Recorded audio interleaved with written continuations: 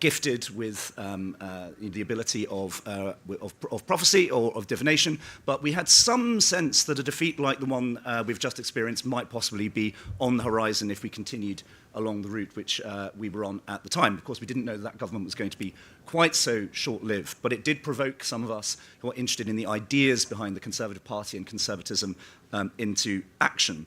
We felt as though a definition of a revised, refreshed conservatism which could appeal to a broad range of socioeconomic classes and, crucially, of geographical regions was a trajectory that the party was moving towards from 2016 onwards, 2017, and in the 2019 general election, and indeed government. And we felt as though what seemed to happen was that the obviousness of that case, of that direction, was under threat and under challenge. And so we thought, well, what we need to do is we need to have a project where we will lay out sort of once and for all an argument for a credible, future-facing conservatism which not only can address the real problems facing the country and be intellectually compelling, but also could lay the foundations for future winning majorities and conservative governments. So the idea of the project is to create foundational documents covering principles, the economy, and questions of community and culture.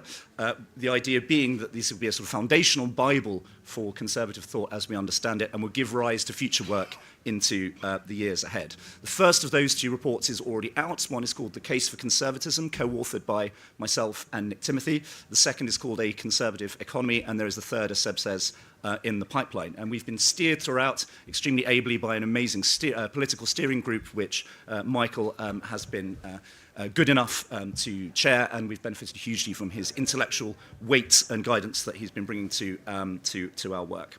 So what is the project all about? Fundamentally, conservatism is changing because politics is changing.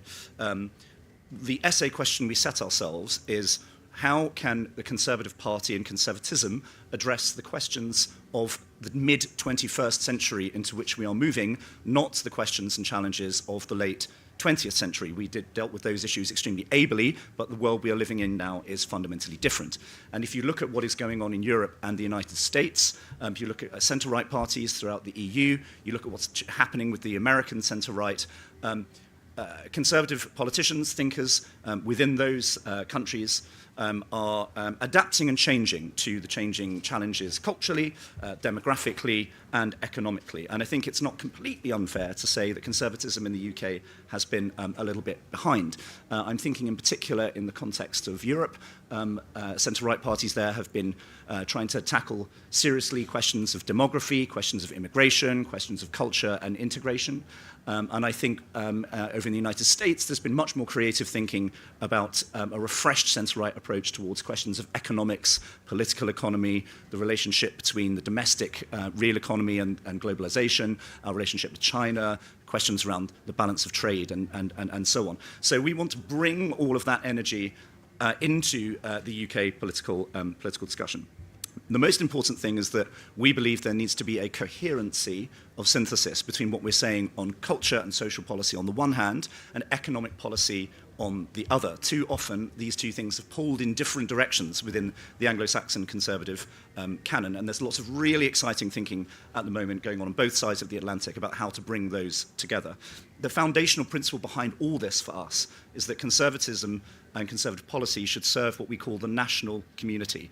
Conservatives should seek to represent the national interest, and that is for us composed of the family, local communities, and the nation as a whole. And the job of conservative politicians should be to advance their interests and their core beliefs. Core to all of this is what Keith Joseph referred to as the common ground. This is different from the centre ground, which is simply the median point between elected politicians. Rather, what we seek to represent is the view of the median voter, the average voter, what Keith Joseph called the common ground. Crucial to this is not being ideological. This is being rooted in the conservative tradition of pragmatism, focusing on what works, focusing on delivery, recognizing, for example, that the average voter and our target voters care equally about immigration and the health service, which doesn't sound like rocket science, but it is incredibly important. I'll probably leave it there, but what I would say is that we are seeking to look back at the defeat which has just happened, which is fantastically laid out in the report that Seb just mentioned, Breaking Blue, which was released at the weekend. I urge you to go and read it. That does the electoral analysis of how and why we were defeated so badly. And we want to be charting the course for how we can build back and create a winning Conservative party, both intellectually and electorally, in 5 years' time. Thank you. Thanks so much, Gavin.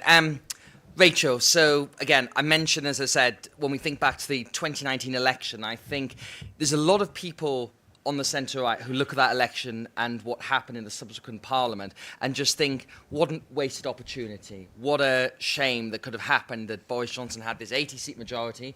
Many very good things were done in that parliament, not least by Michael, the Levelling Up department. But then, obviously, there was the pandemic, 2 wars that happened in that period, and 1 or 2 changes of prime ministers as well.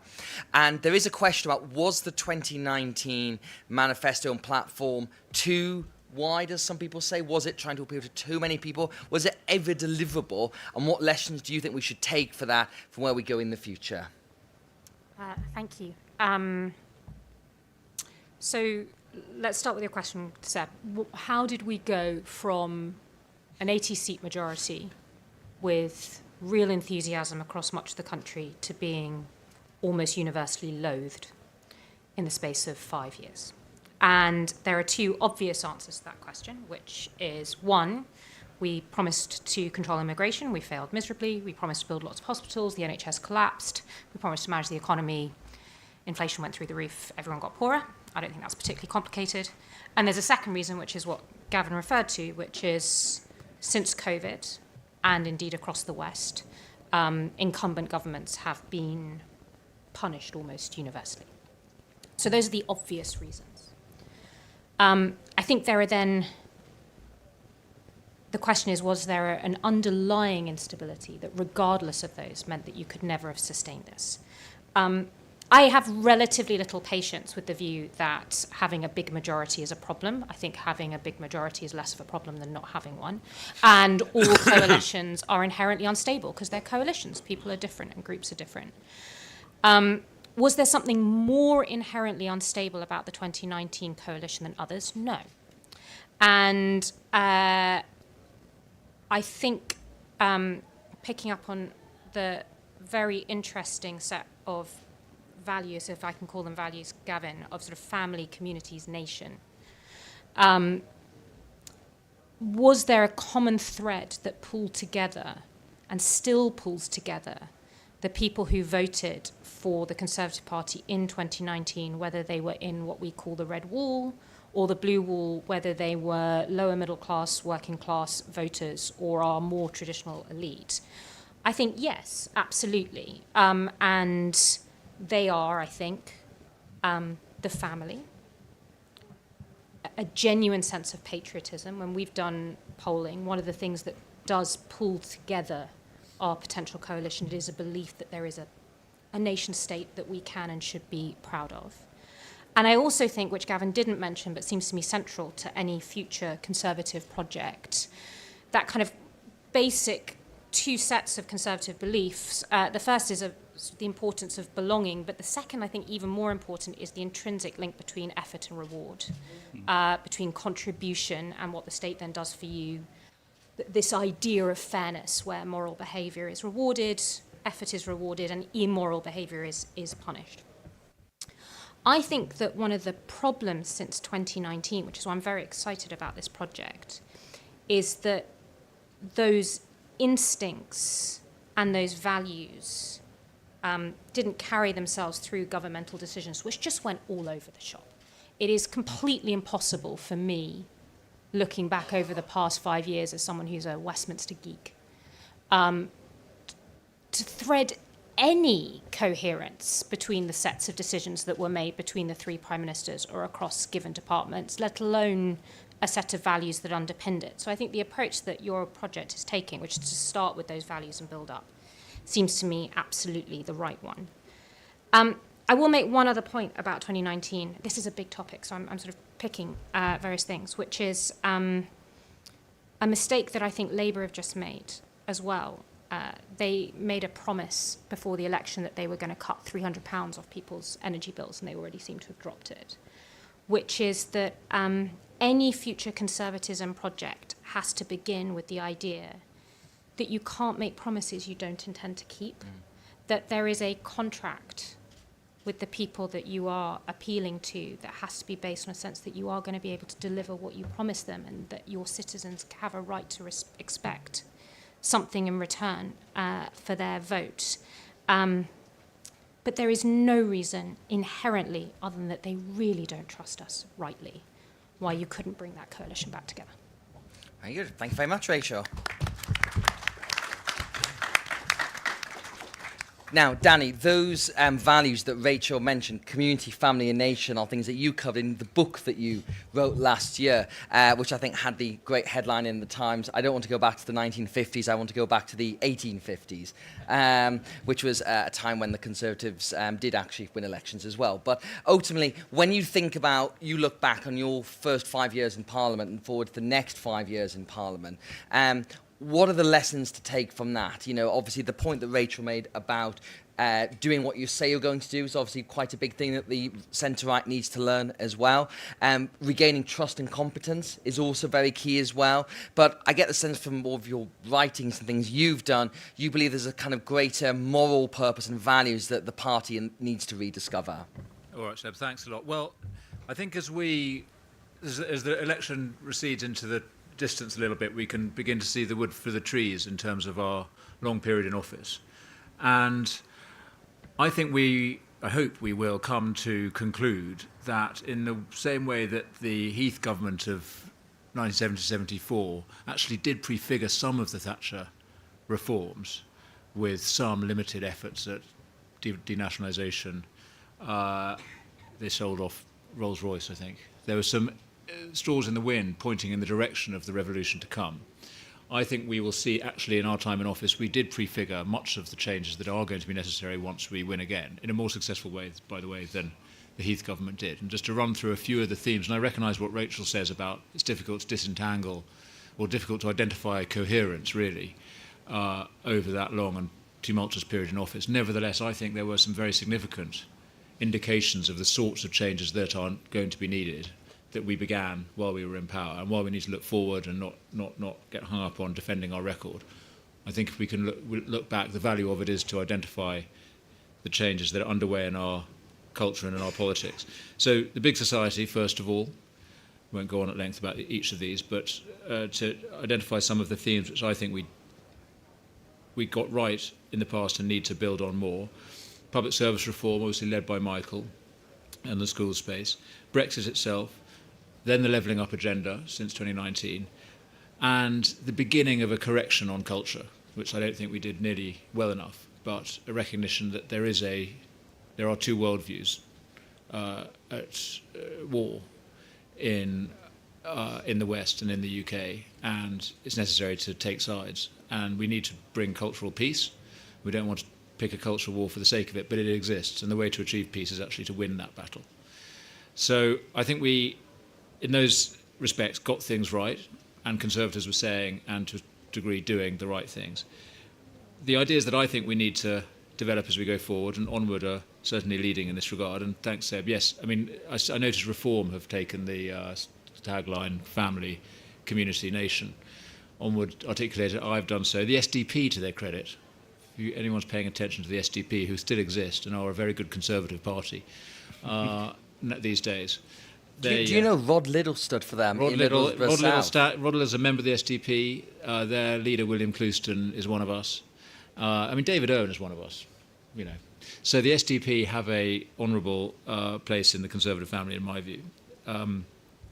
And so we are now talking, I think, in the right terms about the things that matter, the things that give us meaning and belonging, as Rachel was saying, this essential aspect of politics, which I think in our technocratic age we have lost, and that helps to account for the populist revolt that's happened across the West.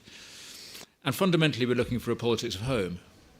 We're looking for a politics that reconnects us with the things that give us meaning and identity, and indeed security and freedom. And those are the virtues and the values of the oikos, the home economy.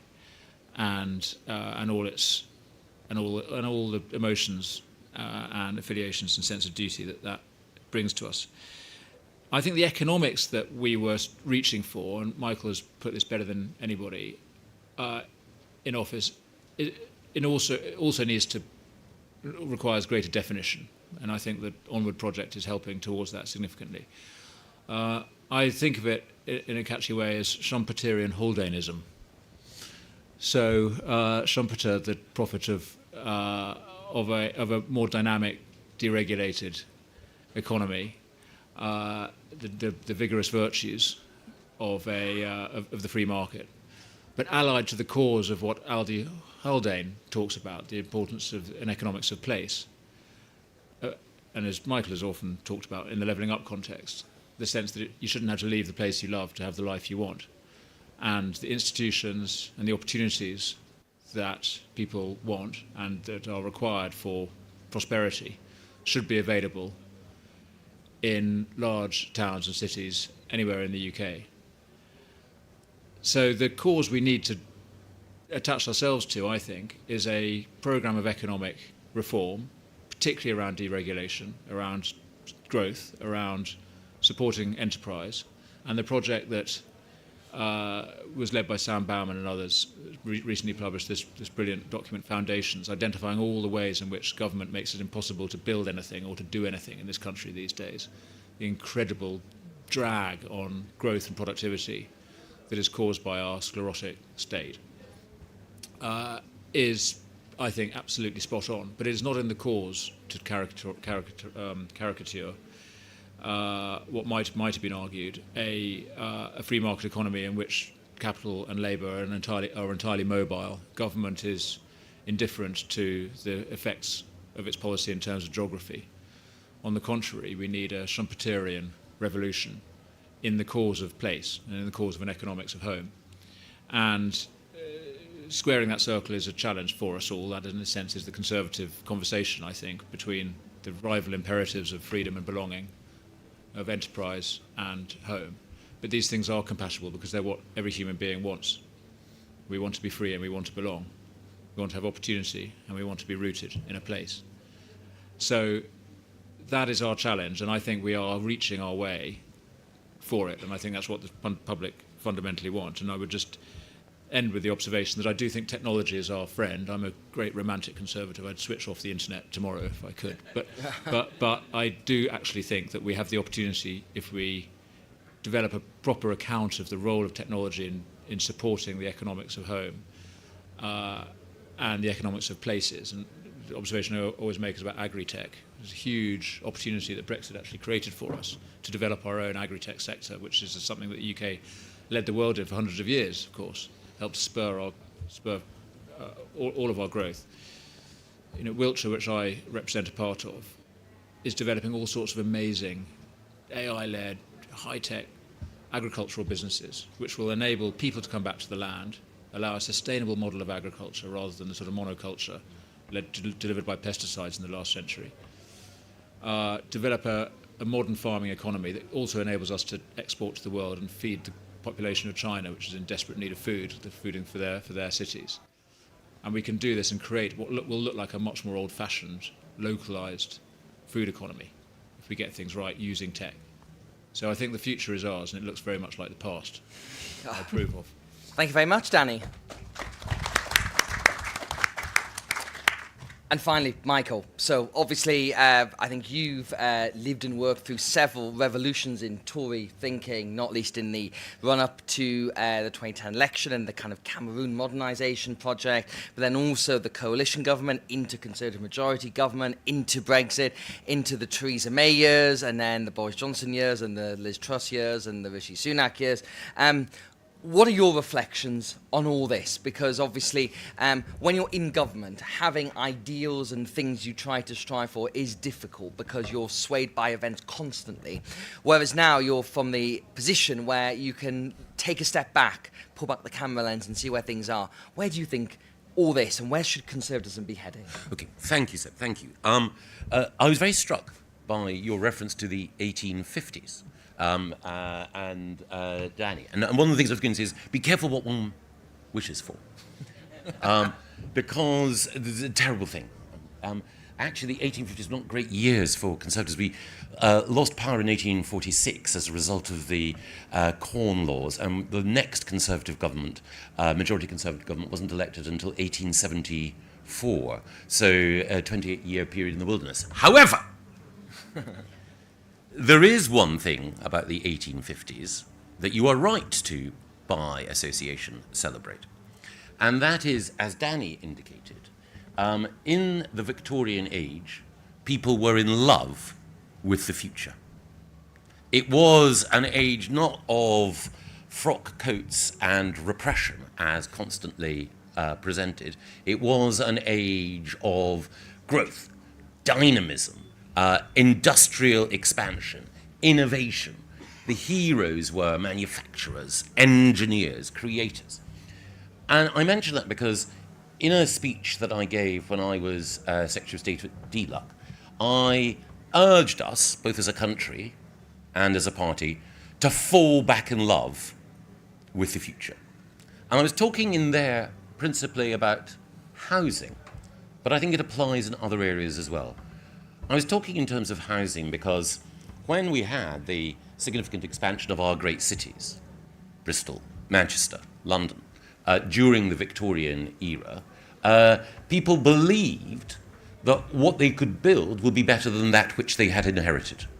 They believed that the new suburbs, the new roads, the new railways would mean a higher quality of life and a more expansive sense of well-being for everyone involved. And that carried through right through to the 1930s as well. The governments of Baldwin and Chamberlain are deeply unfashionable in conservative iconography, but in fact, what we saw during the 1930s was again a period of industrial expansion, a period of home building, and a period of confidence until the dreadful shadow of the Second World War fell over this nation and the world. And that's what I think we need to recover. So the Foundations report that Danny and Seb and others have alluded to, by Sam Bowman, Ben Southwood, and Samuel Hughes, makes a case for innovation, for dealing with the barriers to private investment in housing, in industry, and in energy, so that we can have the economic growth upon which so much depends. Now, of course, by urging us to be forward-looking, I also wholeheartedly endorse Danny's point about technology. There are, if you look at artificial intelligence, dangers, but Britain is better equipped than any country, because of the establishment of the AI Safety Institute, to navigate a way through. And the way we navigate through these dangers is not by retreating from technology, but by embracing it and investing in the science and the educational infrastructure, which will allow us to control and allow us to benefit from those technological breakthroughs. But I also think that we should be future-focused in thinking about the industries of the future in which we are going to have a decisive stake. And I stress industries rather than just services, because one of the things that has been brought out very successfully by the work of Nick and by the work of Gavin and by the work of thinkers in the United States like Oren Cass is the vital importance of making sure that we have good and fulfilling jobs for all in every part of the country. So that's why, whether you call it an industrial policy or an industrial strategy, Conservatives need to be able to talk about the economy not just in terms of deregulation, which is vital in a number of areas, but also in terms of a broader vision located in the real lives of people who want to contribute with heart and hand as well as head. I also think that critical to our success in the future is, as Danny and as Gavin said, reinvigorating the sense of the nation.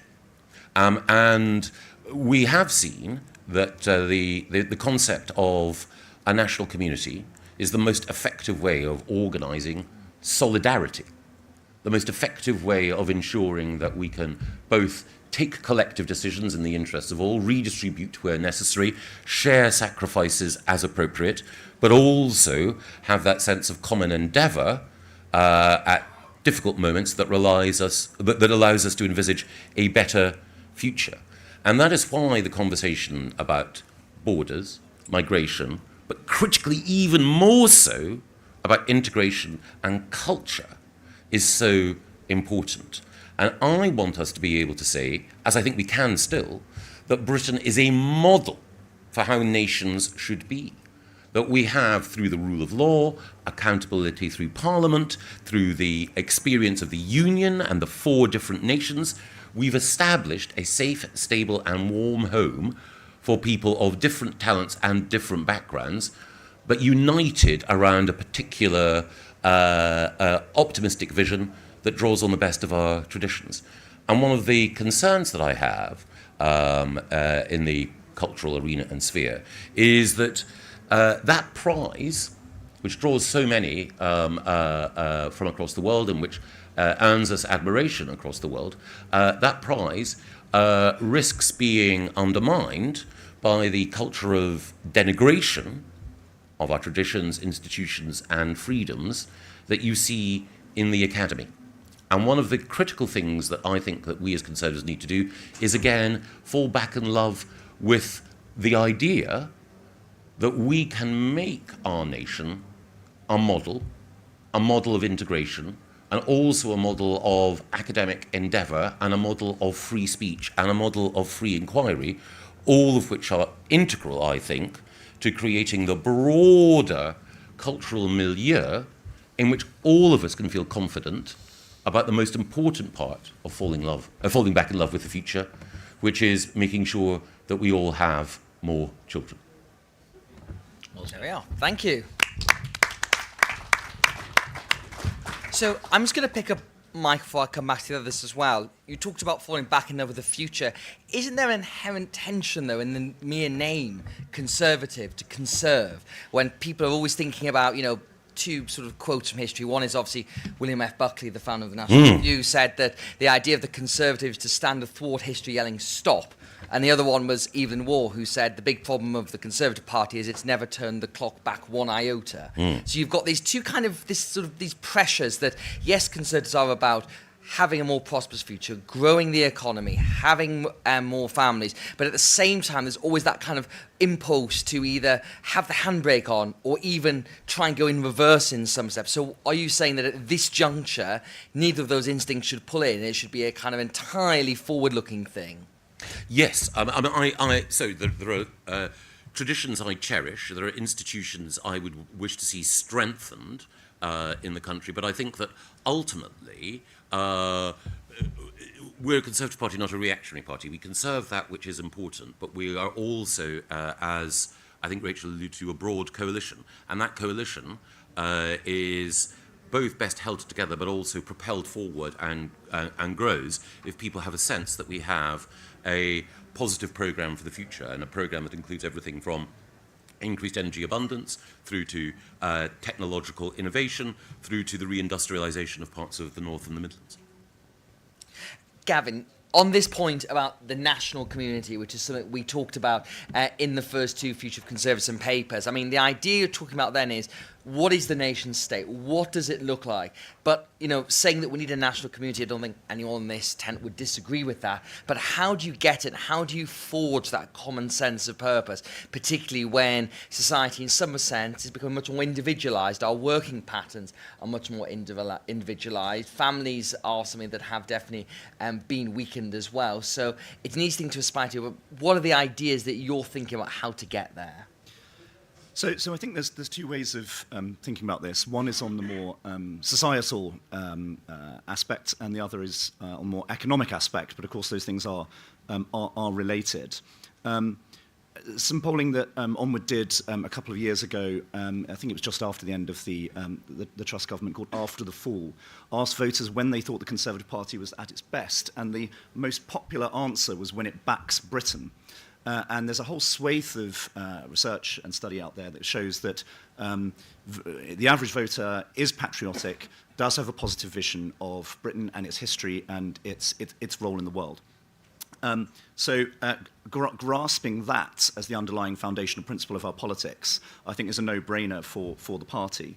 In terms of specifics, I think restoring a stronger sense of citizenship is really important in terms of the balance of rights and responsibilities, the relationship, as Rachel said, between work and reward and welfare, but also questions around population, demographics, immigration as well. One of the reasons why very high immigration tends to generate a negative reaction amongst lots of voters is a sense of unfairness, a sense of not having necessarily paid in. A number of times I was on the doorstep and people talked about the idea of having paid into the system, the idea of a social contract that exists between people working, people paying tax and receiving public services. Are people integrating into society? Are they civically engaging? And I think that idea of restoring the social contract is very important for a lot of voters. And just very briefly on the economy, I think in some ways this is quite straightforward, which is that conservative economic policy should pursue, what it should seek to do is to optimize the economic outcomes for the people that live in the UK. It should not be either an ideological commitment to redistribution and socialism on the one hand, or to completely unfettered free markets and globalization on the other. It should be focused not on what the input is, but on what the output is. And we need to have an economic reality in this country in which the average standard of living is going up through economic growth, but also that growth is evenly and fairly distributed across the classes and regions in the UK, so that people feel as though the social contract is fair, as though opportunity exists not only in one part of the country, but throughout, and that the kind of economy we have facilitates and fosters the kind of society that we want to have, one in which families can flourish, in which communities can be strong and resilient and coherent. So, Rachel, on this economic question here, when Michael wrote the foreword to the first Future of Conservatism paper, he talked about the active, not absent state, the idea that you're not just necessarily wanting the government to disappear from people's lives. And there are, I'm afraid to say, some of the think tanks available who have other events at this conference who might say, well, actually, that's wrong. And in fact, that, particularly in opposition, you need that kind of ideological clarity to focus entirely on having a smaller state. So there is a sort of different pitch towards where Labour are. Because again, that idea, which I think Rachel Reeves calls the strategic state, this is an idea that has gained a lot of currency in opposition and trying to build that narrative alternative to what Labour are doing.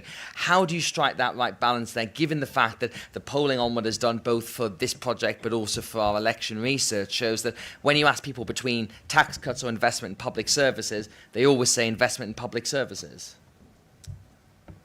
I don't think you balance it. I think you figure out what you think is going to make the country run well and then figure out how you talk to people about it. That has to be the project for the next 5 years. I suppose building on both of those, what are some of the fundamental mistakes that I think we made? So to Gavin's point on kind of contribution, I absolutely loathe the fact that the Conservative Party tried to take lots of people out of tax. I thought that was a terrible error because the idea ought to be that citizens contribute and that we are all contributing. I don't think we should abolish national insurance. I think we should have national insurance. I think people should feel that they pay in and that we have a more contributory system. I think that if people serially commit crimes, it should be very clear they're going to jail. And if people come here and commit crimes, it should be clear that they're going to be deported. Like there are some sort of basic errors that I think we made in terms of this contract that we should be rethinking. On the question of the active state, first of all, there is no question, and it has always been true, including when the Conservative Party was winning large majorities, that the public is somewhat more economically left-wing than we are. They love banning things. They are more authoritarian than we are. That has always been true. That does not mean that the Conservative Party needs to automatically regurgitate everything they think. I do think we need to make a distinction between a state that is effective, which may well require a state that is in some ways smaller. We have serially promised that we can deal with huge problems, mental health, for example, that we have no idea how to deal with. So if we're going to be serious about a state, it might be smaller because we only want to address problems we have some sense of how to deliver. It can be smaller and simpler because we have unquestionably regulated our state and made it more sclerotic over the last 10 years, while also being strategic and active. I don't see those as an inherent tension.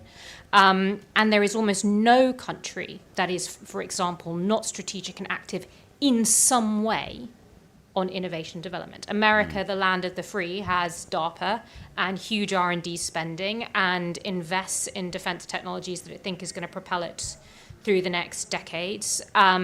Every country does this. The question is, can you do it well? So Seb, I know you wanted me to start criticising the IEA and the CPS, but I actually don't think these are inherent tensions, but the way you think about it is, what do you want to do and how do you make sure it works, and then how do you get people to come with you, not what is the balance? Right, I'm going to open this up out to questions now from the floor. So we've got, Callum and Niles have got microphones. So if you just briefly say who you are, and as I said, keep your questions nice and short so we can get through plenty of them. Could I take Esther there, and then the gentleman in the front row, please? Hi, Esther from Politico here. I was just wondering, sitting here in the wake of the election, do you feel optimistic about the party, and what is the horizon for the kind of rebuilding that you talk about? Is that 5 years, or is it further ahead? Thank you. And it's the gentleman in front. Oh, Hi, I'm Dilesh. I'm from Harrow West Association. My question was, Michael had a great delivery in terms of delivering departments and kind of getting to work. We had in the last election, we had a department like the Home Office that wasn't kind of delivering to what we wanted. How do we address that problem so that when we go for elections, we can prove that we can deliver on the things that people want? thank you.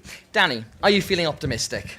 Well, I am actually. I do think there's a huge opportunity before us and a huge duty to get our act together so that we are in a position to challenge Labour for government at the next election. And we've seen how volatile voters are to our detriment. There's no reason why we shouldn't aspire to win that support back. And you see how bad Labour are in government. You saw how thin their support was at this election.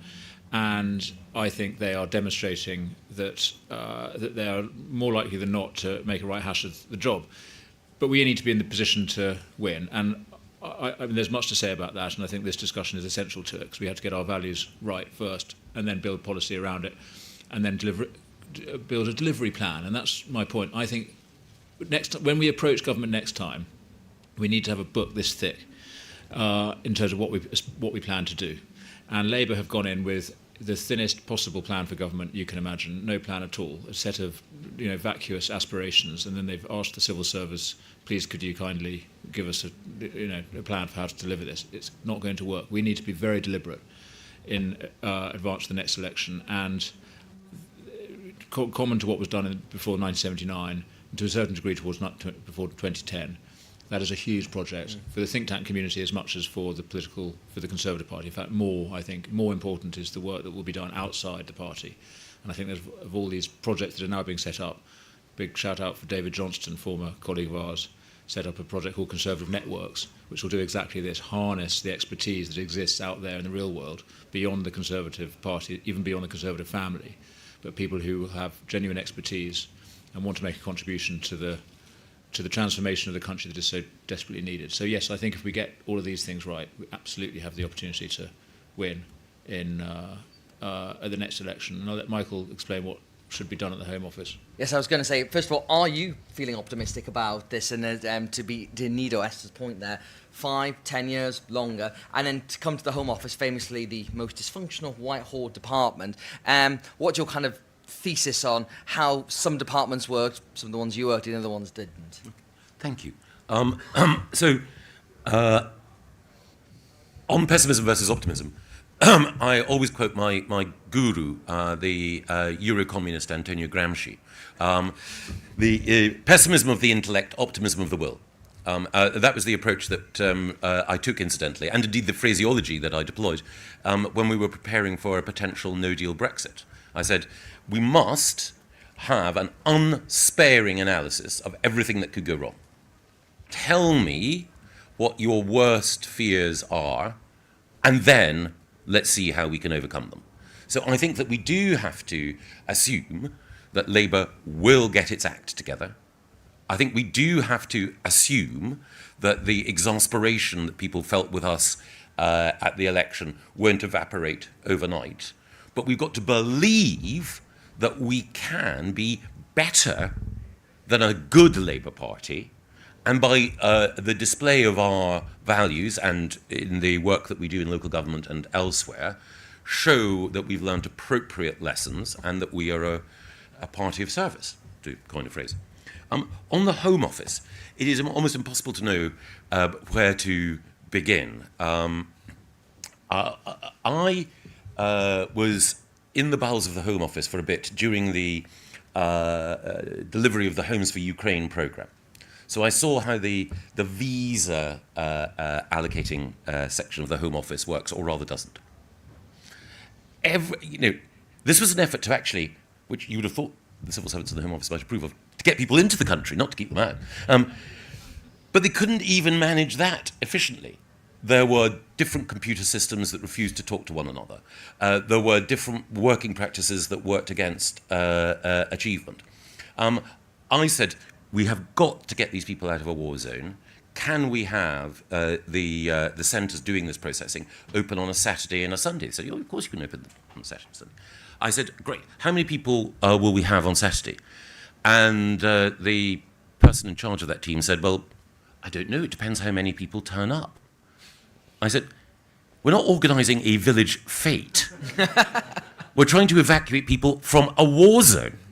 So, again, I think, there are manifold issues with the Home Office. I'll leave it there, but I will write a long note for Danny so that when he becomes Home Secretary in 5 years' time, he will know exactly what to do.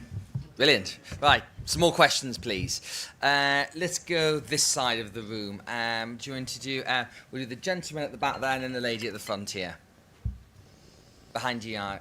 there we are. That's it. Hello. James Kingston from the Cash Campaign. I'm very interested in what you're saying collectively about the need to create a greater sense of national community and, tying that into sort of not doing Britain down and the cultural war going on at the moment. How do we actually do that, though, in the context of particularly devolution, where we have there's this dual-pronged thing of the attack on British history from the Academy, but also devolved legislatures or components of devolved legislatures wanting constantly to separate themselves from the wider UK. How do we deal with that double challenge? Really good question. And we just run this microphone very quickly. Oh, there we are. Perfect. Thank you. Miranda Jupp, South Tees Conservatives. We touched a little bit on levelling up. Where does the party go next with levelling up? We definitely saw on the doorsteps in the North East that where we've made some progress on Teesside, that's having electoral benefits. So where do we go next with that? Because if you look at some of the more in common polling about after the election, that's something where a lot of people who put their faith in us in 2019 feel we didn't deliver enough. Thank you.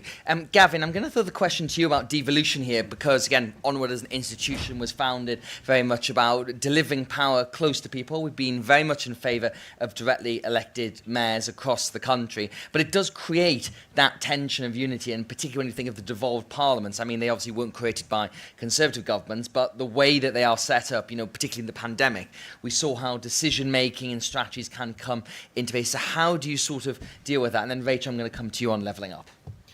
Well, I accept I accept the challenge as you lay it out, but I actually don't think it needs to be a contradiction in that way.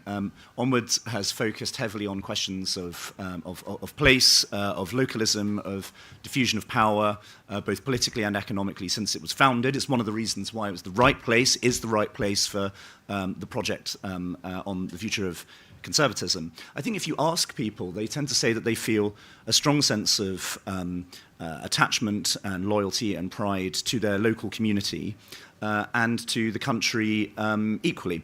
So I don't necessarily think that the diffusion of decision-making power down to a more local level necessarily leans against national coherency. I think it actually has the opportunity to strengthen it. I do think it's important that you get the balance right, and I think there are really important constitutional questions around, Scotland and Wales and so on, that we have to make sure that we emphasise and defend the union at all costs.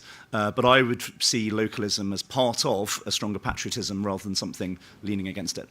Thank you. And Rachel, on that levelling up question, what was done, what was not done, I feel like I should throw this to Michael, but I want you to get your first salvo in on this. I think the question was what's next, and the obvious challenge is we're not in power. So nothing's next, except Ben Houchen. So I think the answer to what is next in levelling up is Ben Houchen. And the only plausible scenario for Conservative exercise of power and demonstration of intent in the next several years is local leaders, and we should be throwing all our attention behind them.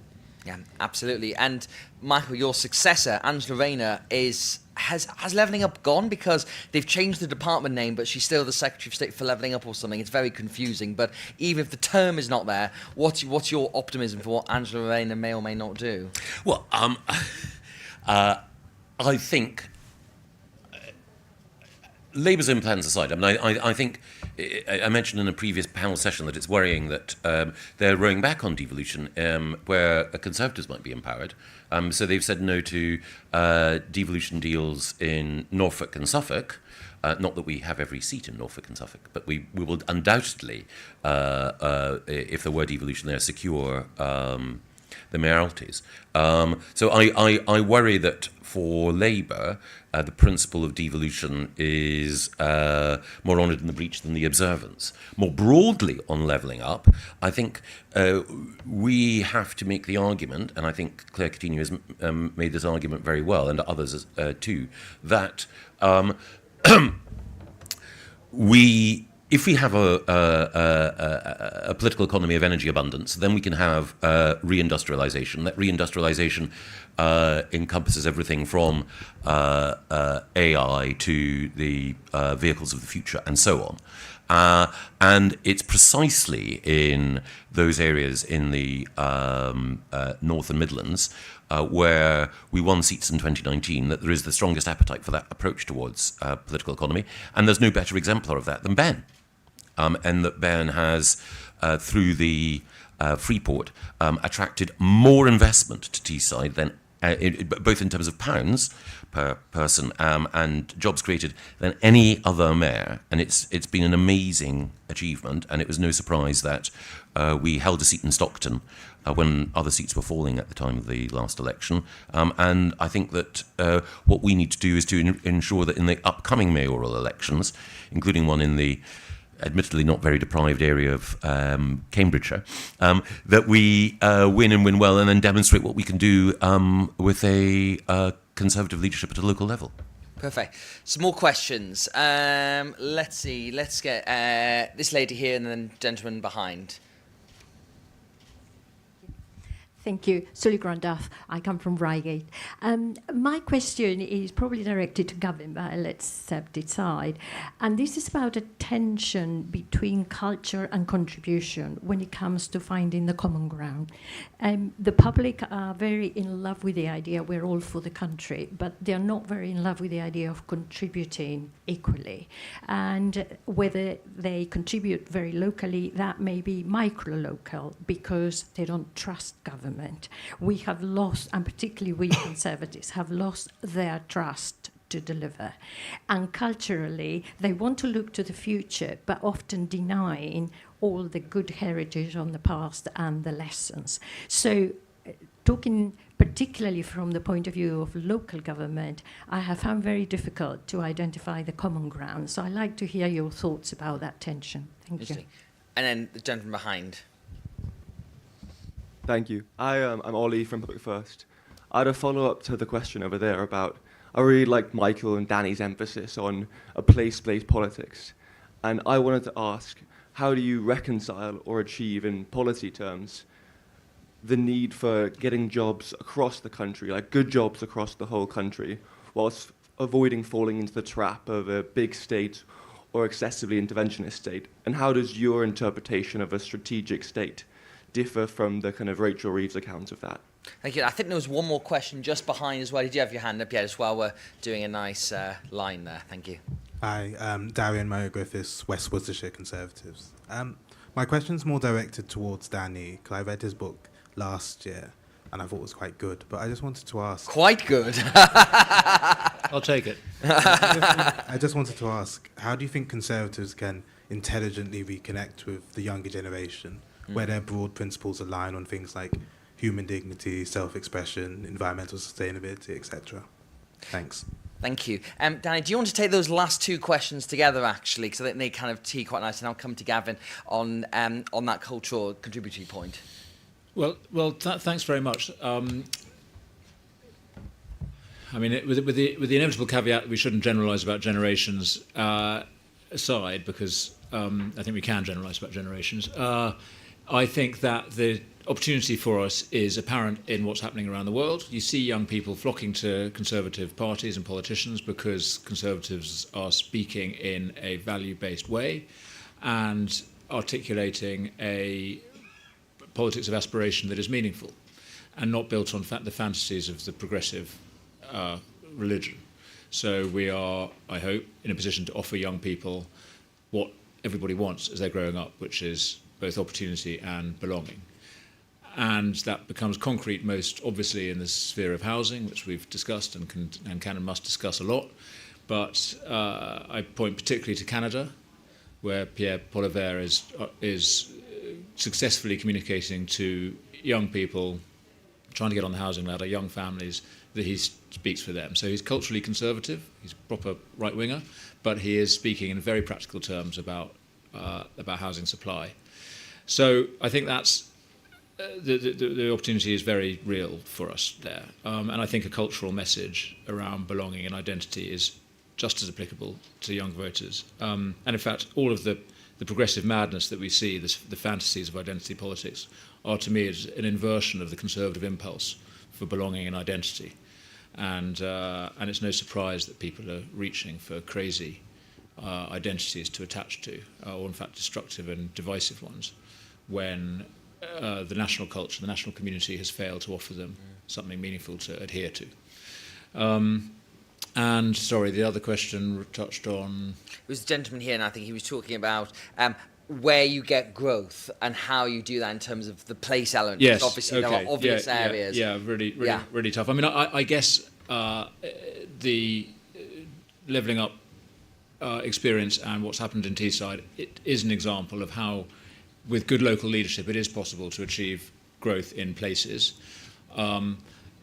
Let's not pick sides in this eternal conservative battle between mobility and place. We need to be both. The glory of the British economy for centuries has been the mobility of capital and labour and the opportunity to seek your fortune. It's the essential staple of English literature. You put your knapsack on your back and you go and search for your fortune. But that doesn't need to be the story for everybody. In fact, most people want simply their community to have the ordinary opportunities for a good life. I think, as I was saying earlier, deregulation and the promotion of productivity enhancing reforms should be done in order to grow local economies, not just to create a greater southeast. So I think we can do that if we are deliberate, but it does require effective devolution. And I would just go back to the earlier conversation about local leadership. I mean, I would explicitly build our revival on the importance of that, and I think we'll have national identity if we have proper local identity. And of course, we should revive the ancient kingdom of Wessex as the essential unit from which the glory of England, the United Kingdom, and the English-speaking peoples derived. That's where it all began. Well, someone's brought up in the northeast there, Northumbriana as well would also have... Wessex conquered Northumberland in 1829. It's all been downhill since then. Gavin, do you want to come back to that last point again on the contributory principle? Yes, again, I'm getting all the easy questions today, aren't I? So I actually think, I mean, I've made this point earlier on in the discussion, I think British people do have an extremely profound sense of fairness, and that contribution and receipt have to be linked. If you think about something like the small boats crisis, people aren't so outraged about it because they despise people arriving on boats. It's because they have legitimate questions about whether they are genuine refugees, and they think it's unfair, and they think that you jumping the queue is simply unacceptable. It's the same thing when you see, things like tax evasion and corruption of other kinds. So it's one of the reasons why the scandal around PPE contracts. To a sort of policy wonk audience like this, you might think, oh, that's quite sort of de minimis. But actually, that really cut through in significance in terms of people's the perceptions of voters, because, again, that idea of unfairness. So I think deep down, the British people do have a profound sense of the link between responsibility and citizenship and fairness. And this is why things like the Partygate scandal, things like the gambling scandal, were so damaging for the party, because people just sort of didn't believe that the rules by which Conservative leaders were behaving were the same rules that they were being forced to live by. What I would say is that I do think there is a question around civic engagement. So Onward's done great work on the social fabric, and we've done work quantifying that, looking at the extent to which people participate civically through clubs, through local government, through volunteering, and so on. And there has been a decline in that sort of civic engagement at the local level. How you revive that is very, very difficult, because by its nature, it's voluntary. So therefore, if the government is making you do it, then it's not voluntary. But I think there's you have to look to things like education, and you have to look at things like the rejuvenation of the family. But it also means setting a very, very, very good and clean example as well. Now we've got literally 2 minutes left, so instead of coming to questions, I'm going to ask Michael and Rachel if you've got any final thoughts you want to put in on any of that. Just one thing, which is on what the right economic strategy is to revive places. There are some things that can be sort of done horizontally across the UK, so and which are important. So the first thing is, I mentioned it briefly earlier, energy abundance. One of the reasons why Grangemouth is closing in Scotland, and why Port Talbot is having the difficulty that it does in Wales, and why Scunthorpe is also facing a bleak future, is because of the high cost of energy. So tackling that, as Nick Timothy has brilliantly and bravely done, is issue number one. The second thing is the cheaper delivery of essential infrastructure. Then the Foundations paper alluded to earlier explains that. The state has a role to play in facilitating that. Some of that is deregulatory, but some of that is also just investment. And then there are some things which are specific and place-based. We had a plan for Cambridge. One of the reasons for that is that we recognised that part of levelling up was making sure that those areas of the country which had suppressed productivity in technology because of a lack of lab space, because of the cost of housing, needed a plan. I don't know whether or not this government is going to maintain momentum there, but we also had plans at the same time for Blyth, for Blackpool, for Grimsby, and each of them were about unblocking some of the obstacles to private sector investment in those areas. So a smart strategic state can play a part, and it's about place, not about individual companies. So it's not about trying to prop up Meriden motorcycles, but it is about recognising that the Midlands is an area with a strong manufacturing tradition which should be sustained. Well, on that note, I think we've solved everything. So thank you very much to our panel. So if you'd all please put your hands together for Danny, Michael, Rachel and Gavin. I very much strongly urge you to check out both of the Future of Conservatism papers if you're interested in this topic on ukonward.com. Our next event in the marquee, if you haven't had enough of Gavin, then at 1:30 he's going to be chairing an event about the role of local communities in conservatism with the Right Honourable Jessie Norman. And then at 3 o'clock we have an in conversation with James Cleverleaf. So please do come back for that, and thank you all for your time.